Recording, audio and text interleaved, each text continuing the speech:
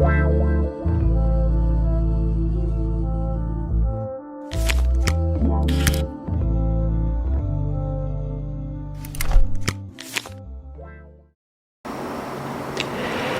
la vida de la Iglesia ha habido hombres y mujeres muy influyentes en la vida de la comunidad. Es el caso del que hoy se conmemora, San Gregorio Magno, nacido en Roma en el año 540. San Gregorio Magno es, justo con los santos Ambrosio, Jerónimo y Agustín, uno de los 4 grandes doctores de la Iglesia occidental. La grandeza de su obra le valió el título de grande. Como píldora, en el día de San Gregorio, oremos por el Papa Francisco. Después de estudiar Derecho, Gregorio se embarcó en la carrera política y se convirtió en prefecto de la ciudad de Roma. Esta experiencia maduró en él una mirada más consciente de la ciudad y sus problemas, así como un profundo sentido del orden y la disciplina. Unos años más tarde, atraído por la vida monástica, decidió abandonar su cargo, entregó sus bienes a los pobres e hizo de la casa paterna en Celio un monasterio que dedicó a San Andrés. Aquí se dedica a la oración y a la meditación, al estudio de la Sagrada Escritura y de los padres de la Iglesia.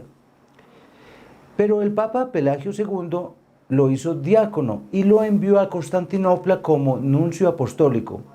Permanece allí durante 6 años. Más allá de los deberes diplomáticos que le encomendó el pontífice, continuó llevando la vida de un monje con otros religiosos. Llamado de nuevo a Roma, volvió a Celio, pero después de la muerte del Papa Pelagio II, en el 590, fue elegido como su sucesor. Es un periodo difícil al que debe enfrentarse Gregorio: invasión de los lombardos, lluvias torrenciales e inundaciones que causan muchas víctimas y daños importantes. Varias regiones de Italia se ven azotadas por la hambruna y la peste, que sigue cegando numerosas víctimas en aquel entonces.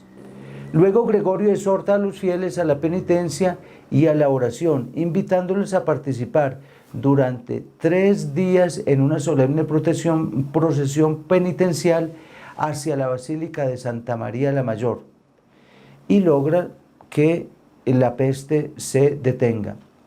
Sobre la cátedra de Pierre, o sea, como pontífice, Gregorio reorganiza la administración pontificia y se ocupa de la curia romana, donde muchos eclesiásticos y laicos tenían intereses muy distintos a los de la espiritualidad y la caridad, por lo que encomienda muchos cargos a los monjes benedictinos. Reforma también las actividades eclesiásticas en las diferentes sedes episcopales, establece que los bienes de la Iglesia se utilicen para su propia subsistencia y para su obra de evangelización en el mundo y se administren con absoluta rectitud, justicia y misericordia. Gregorio también compromete sus propios bienes y legados para la Iglesia y para ayudar a los fieles. Compra y distribuye trigo, viene en ayuda de los necesitados, sostiene a sacerdotes, monjes y claustros en dificultad, redime a los prisioneros, se prodiga en armisticios favorables y treguas. A él debemos también las iniciativas políticas para la salvaguardia de Roma, olvidada entonces por los emperadores, y las negociaciones con los lombardos para asegurar la paz en Italia central. Gregorio establece con ellos relaciones fraternales, se preocupa por su conversión y también envía misiones de evangelización a los visigodos de España, a los francos, a los sajones. En Bretaña envió al prior del convento de San André en Celius, Agustín, futuro obispo de Canterbury, y unos 40 monjes. Gregorio luego reforma la misa y la simplifica. También promueve el canto litúrgico, de ahí el nombre de gregoriano, y escribe varias obras que continúan alimentando a la Iglesia hoy.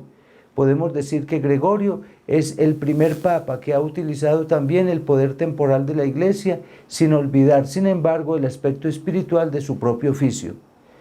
Sin embargo, siguió siendo un hombre sencillo, tanto que en sus cartas oficiales se definió como siervo de los siervos de Dios, título que los pontífices continuaron usando. Murió el 12 de marzo del año 604 y fue enterrado en la Basílica de San Pedro. El católico y el miembro de otra iglesia cristiana debe orar por todos sus líderes para que sean buenos y santos pastores que guíen bien el pueblo de Dios que se les ha confiado. Feliz día a todos.